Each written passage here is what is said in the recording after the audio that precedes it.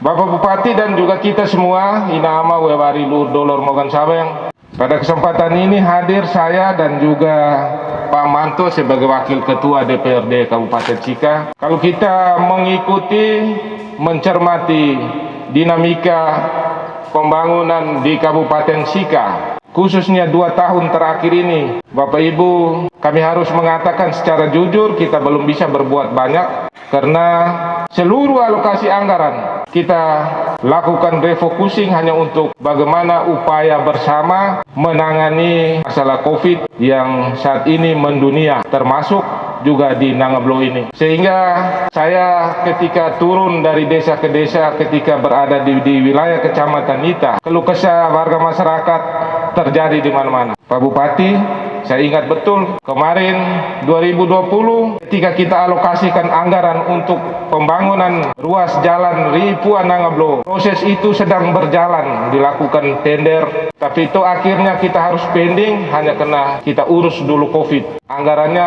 kurang lebih 4 miliar waktu itu, tahun 2020. Sama juga ruas jalan dari Nangablo ke Hagarahu dialokasikan 1 miliar, tapi juga kembali dipending. Itu dampak dari COVID sehingga seluruh anggaran yang sudah kita alokasikan untuk pembangunan-pembangunan yang lain sementara dihentikan. Memasuki tahun 2021, kita juga harus mengakui kondisi itu kembali terjadi. Tetapi syukur puji Tuhan, hari ini Inama Wewari Dolor Mogang Saweng. Kemarin saya mengikuti kegiatan sosialisasi perencanaan awal dan juga sosialisasi awal dari pelaksanaan ini. Informasi dari Kepala Desa Tilang, ada kurang lebih sekitar 2 miliar yang masuk di wilayah ini. Ini kita harus mengakui secara jujur karena memang kondisi yang terjadi ada beberapa desa sampai dengan detik ini tidak ada aktivitas. Nirang Kriung misalnya, berulang kali pokok-pokok pikiran yang diajukan oleh saya harus dipending dan berulang kali. Itu saya harus mengakui secara jujur di hadapan kita semua. Tidak kena ketua DPRD lalu hanya kena kepentingan kita punya wilayah, akhirnya kita harus tetap jalan padahal ada kepentingan yang lebih besar yang harus kita utamakan, yaitu COVID. Bolofio 2 tahun berturut-turut ditetapkan dalam APBD tetapi tidak bisa dieksekusi. Pembukaan jalan baru dari Detung Likong ke Bolong Petung 2 tahun berturut-turut sudah masuk di dalam, tidak bisa dieksekusi. Guhi Keut 2 tahun berturut-turut tidak bisa dieksekusi. Ke depan COVID ini sudah berkurang dan kita bisa laksanakan itu dengan baik. Hari ini di tengah-tengah kita semua, kami petinggi pengambil kebijakan di kabupaten, Pak Bupati, saya juga hadir mengikuti acara yang satu ini adalah seremonial peletakan batu pertama. Pak Bupati, sebagaimana tadi dalam sejarah awal tadi, ini pasar paling ramai di tahun 70-an. Di wilayah Kecamatan Nita, semua perhatian mereka ada di Pasar Nangablo ketika hari Rabu paling ramai. Kemudian dalam perjalanan tahun 83, saya ingat betul karena waktu itu saya SMP kelas 3, bupatinya Pak Dan Pale, tetapi kepala bagian perencanaan waktu itu adalah almarhum Bapak Alex Idong. Beliau kepala pembangunan, beliau yang membangun ini kantor. Sejarah terukir hari ini di kurang lebih 38 tahun anaknya hadir di sini untuk kembali merehab dan meletakkan batu ini. Kita harus akui secara jujur, termasuk ruas jalan yang ini ketika masyarakat tahun 96 begitu euforia dengan swadaya yang tinggi. Terakhir Bapak Alex Idong sebagai Bupati Sika datang dan meresmikan dan juga memberi dukungan dengan peningkatan ruas jalan ini. Artinya kurang lebih 38 tahun pasar ini dibangun dan baru tahun ini kita kembali pemerintah daerah mengalokasikan untuk dibangun yang baru kepada seluruh warga masyarakat di sekitar sini. Tidak hanya dari Mahebora, tidak hanya dari Nirang Kriu, juga dari Tilang, Nangablo, tetangga kita dari Dobo dan juga Dobo Nuapu yang nantinya akan menggunakan pasar ini. Harus didukung dengan aktivitas-aktivitas nyata untuk bisa mendukung perekonomian kita. Jangan biarkan dia berdiri. Jadikanlah ini sebagai pasar harian saat ini. Kepala Desa Tilang sudah mulai galak kemana-mana dengan kegiatan holtinya. Sayur-sayuran bisa dijual setiap hari di sini. Kalau tuh nanti hari Rabu itu menjadi pasar untuk kita semua, tetapi hari lain juga harus ada kegiatan di sini sehingga ada aktivitas-aktivitas nyata yang bisa mendukung perekonomian kita. Jujur kepada kita semua, ketika saya masih posisi sebagai wakil ketua DPR, mestinya pasar ini harus kita bangun di 2018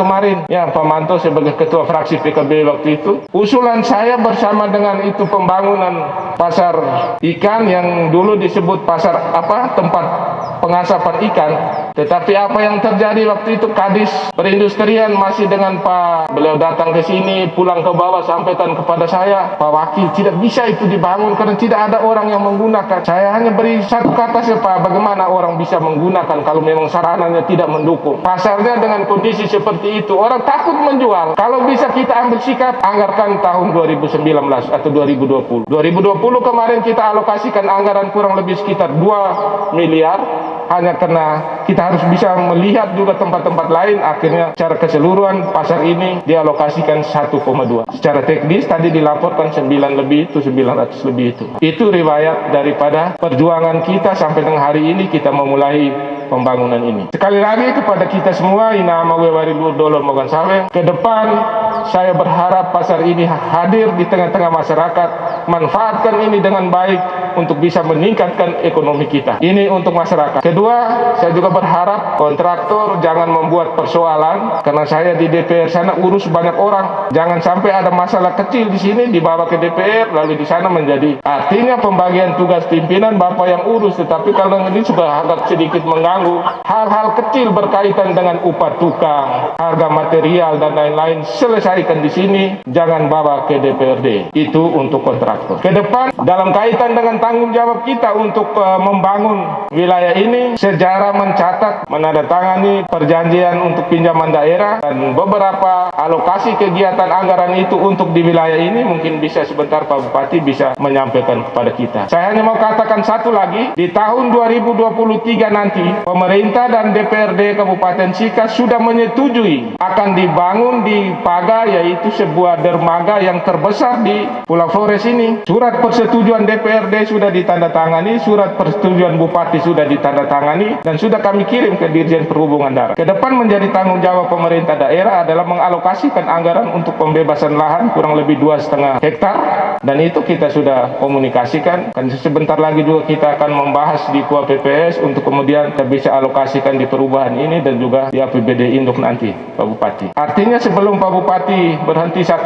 tahun atau ke 6 bulan sesuai aturan regulasi untuk kemudian maju kembali di periode berikut, kita berharap di Paga itu di awal tahun 2023 harus sudah dibangun. Karena ini menjadi perjuangan kita bersama. Pak Bupati harus mencatat itu, dan juga Ketua DPRD yang asal dari Nablo ini harus mencatat itu perjuangan kita bersama. Dermaga yang terbesar di Flores. 2 hari lalu saya berada di provinsi, diskusi di Sekretaris Dinas Perhubungan, kebetulan juga putra dari Paga yang juga berjuang untuk pembangunan itu. Beliau sangat antusias dan sangat mendukung untuk kita semua. Kita berharap aktivitas-aktivitas ini harus juga didukung, sehingga kehadiran dermaga yang itu juga bisa memberikan kontribusi untuk peningkatan PAD dan lain-lain di wilayah Kabupaten Sika. Ini terobosan-terobosan yang sementara kita lakukan dan akan kita lakukan ke depan.